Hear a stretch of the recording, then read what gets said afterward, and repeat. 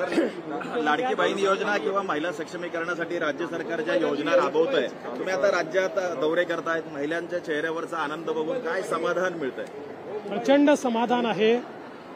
बघा, शेवटी आईचं प्रेम, बहिणीचं प्रेम, मुलीचं प्रेम यापेक्षा मोठी संपत्ती आपल्याला जीवनामध्ये काही मिळू शकत नाही. आणि ज्यावेळी मुख्यमंत्री माझी लाडकी बहीण योजनेचा प्रतिसाद आमच्या बहिणी आम्हाला देतात त्यावेळेस खूप मनापासून आनंद वाटतो. खरं म्हणजे आम्हाला खूप गोष्टी अजून करायच्या आहेत. जेवढ्या जास्तीत जास्त गोष्टी आम्ही करू शकू तेवढा आमचा प्रयत्न असणार आहे. कारण विकसित भारताकरता आणि विकसित महाराष्ट्राकरता आपल्याला आमच्या महिलांचा विकास हा सर्वात महत्वाचा आहे. याला काही कालावधी निश्चितपणे लागेल, पण राज्य सरकारने त्या दिशेनं एक दृढ पाऊल उचललेलं आहे. दुसरीकडे विरोधकांच्या चेहऱ्यावरचं दुःख बघून आणि त्यांच्या टीका ऐकून कसं वाटतं हे सगळ्या? नाही, मला त्यांच्या टीका ऐकल्यानंतर अतिशय वाईट वाटतं. बघा, कधीही राजकारणामध्ये एखाद्याने विकासाची एखादी रेषा उमटवली तर त्यापेक्षा मोठी रेषा उमटवण्याचा प्रयत्न केला पाहिजे. दुसऱ्याची रेषा पुसण्याचा प्रयत्न हा एक प्रकारे जनतेशी द्रोह आहे. त्यामुळे माझी विनंती आहे, रोज न्यायालयात जा, ही योजना कशी थांबवता येईल याचे प्रयत्न करा, आम्ही निवडून आलो तर योजना थांबवून टाकू असं म्हणणं, या सगळ्या गोष्टी त्यांनी बंद केल्या. एका महिलेने आज तुमच्या कार्यालयावरती हल्ला केला, कुठेतरी तोडफोड केली, काय त्यामागे? मी माहिती घेतली, आजची घटना नाही आहे, ही कालची घटना आहे. त्या महिलेचं काय म्हणणं होतं, तिने कशा करता ते केलं हे निश्चितपणे आम्ही समजून घेऊ. एखाद्या उद्विग्नतेनं तिने ते केलं का, काही तिची व्यथा आहे का, हे निश्चितपणे आम्ही समजून घेऊ. ती व्यथा दूर करण्याचा प्रयत्न करू. लाडक्या बहिणीचा राग अनावर झाला अशी टीका विरोधक करतायत. विरोधक जे आहेत ना, इतके निराश आहेत, हताश आहेत, त्यांच्याकडे मुद्दे देखील उरलेले नाहीत. त्याच्यामुळे आता खरं म्हणजे मला जर टीका करायची असेल तर अनेक गोष्टी मी सांगू शकतो की त्यांच्या काळामध्ये किंवा त्यांच्यासोबत काय काय झालेलं आहे. पण कोणी खालच्या स्तरावर उतरलं म्हणून माझ्यासारख्याने थोडी उतरायचं असतं. एखादी आपली बहीण चिडली असेल, काही तिची व्यथा असेल तर ती आपण समजून घेऊ. कोणी जाणीवपूर्वक पाठवलं असेल तर ते देखील समजून घेऊ.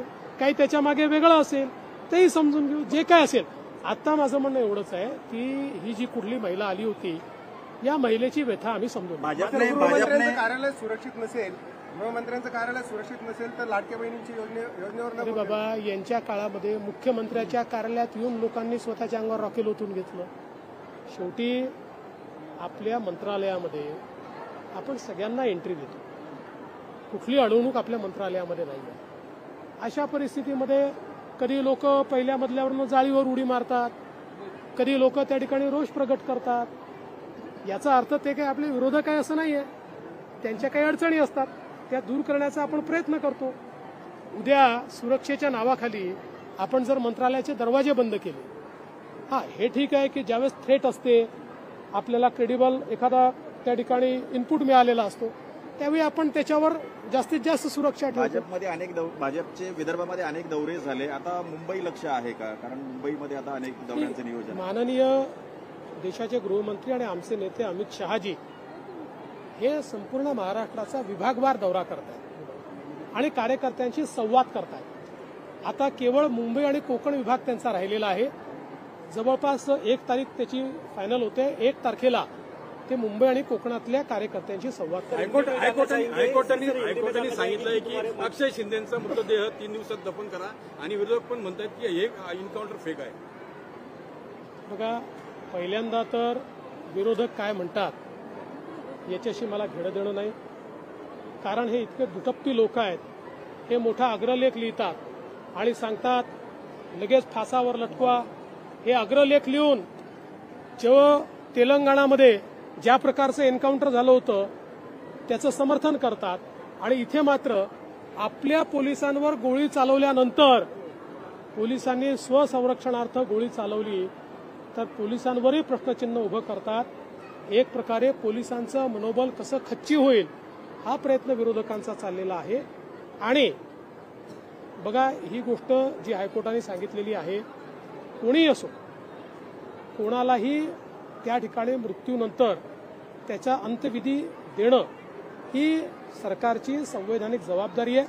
तो व्यक्ती आपल्याला आवडणारा नसला, चालणारा नसला, समाजविघातक असला तरी ते करावं लागतं. त्याच्यामुळे कोर्टाने जे सांगितलं आहे त्यानुसार प्रशासन कारवाई करेल.